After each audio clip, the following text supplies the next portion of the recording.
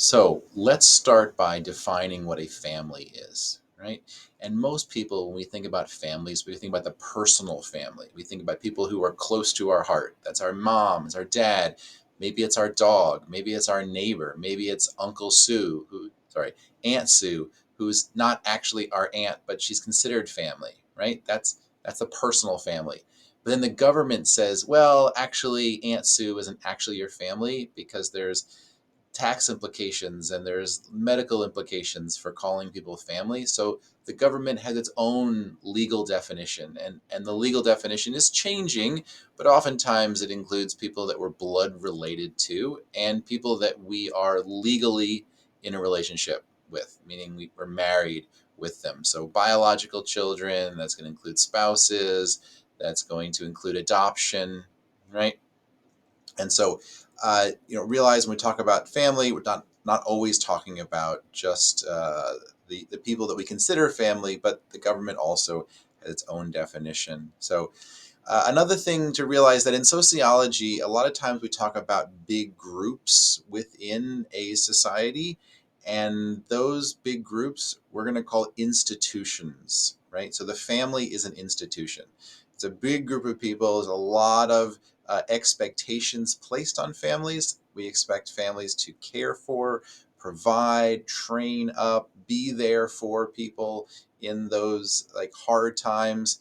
And so when we talk about the family as an institutional arena, we're kind of talking about all the families in the United States in a in a functional way. Like their job is to provide for the members, love those members.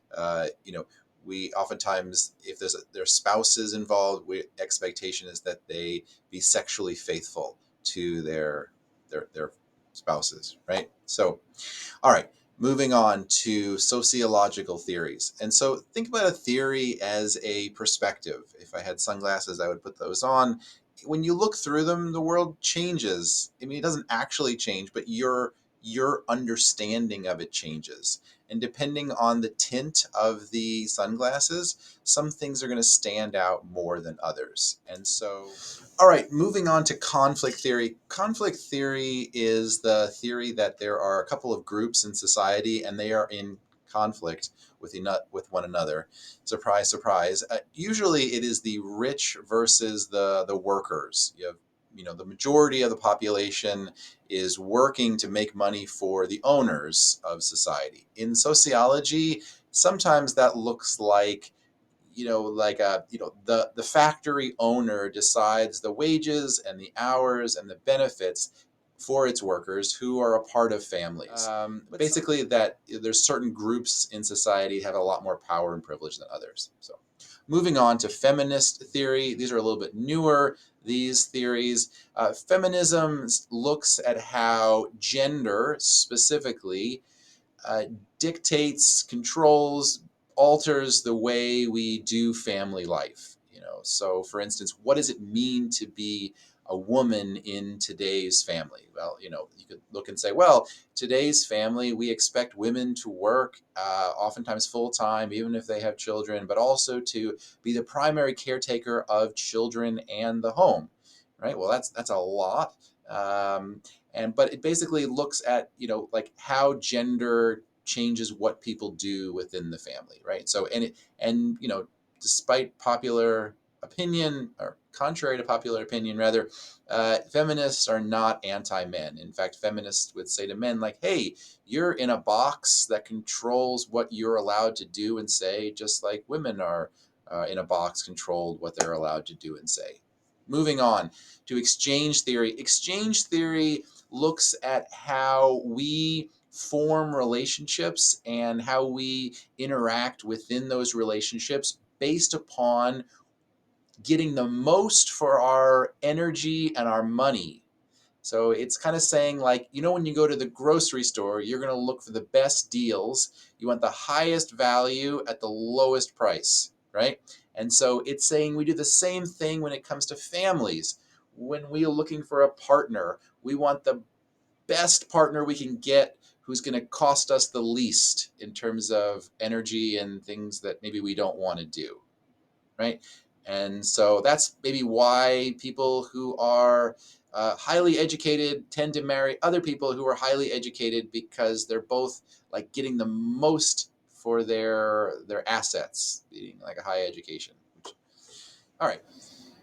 Modernity theory looks at how families have changed because our society has become more modernized. So like we used to look to families to do a lot more things than we look to them to do today. So for instance, family used to be your primary way of socializing. You would hang out with them, you would play music together, you would tell stories. That was your family was the primary, like they fed you and they were your meal ticket, and you got married because you wanted to keep eating in the future. And yet that is not true anymore, meaning you can do all these things today without a family. You can have sexual intimacy, you can have children, you can feed yourself, you can watch Netflix. You don't need the family for the same things that you need them for in the past, right? And in fact, some people would argue that because we don't need the family for those things, it's why we're not forming families, why we're not forming long-term relationships like we used to in the past, because modern society gives us the things that families used to give us. And therefore, if we don't need a family like we did in the past, we're much slower and we're much pickier when it comes to finding and making partners. So demography and life course, this just looks at how families change as they ages change. So for instance, you're going to do family differently as a teenager than you are as a 20-year-old and a 50-year-old. And big data, let's talk about data. And this, I feel like this is especially relevant today because of AI and the explosions of ChatGPT, and the fact that everything we do with our phones online is being tracked. And so things that are very much related to family, like where they shop and when they shop and who do they spend time with and where are they spending time with people. All of those things are being tracked and being analyzed by companies and also by researchers to figure out like what is going on with the family. Where do people tend to congregate, and how often do families interact together? And so that's this trend of big data. They say that data is the new oil. It's the most important thing that companies use to find out how to be better companies, and not just companies, but schools and other places as well. And so that's all I've got to share for chapter 1. Thank you for watching.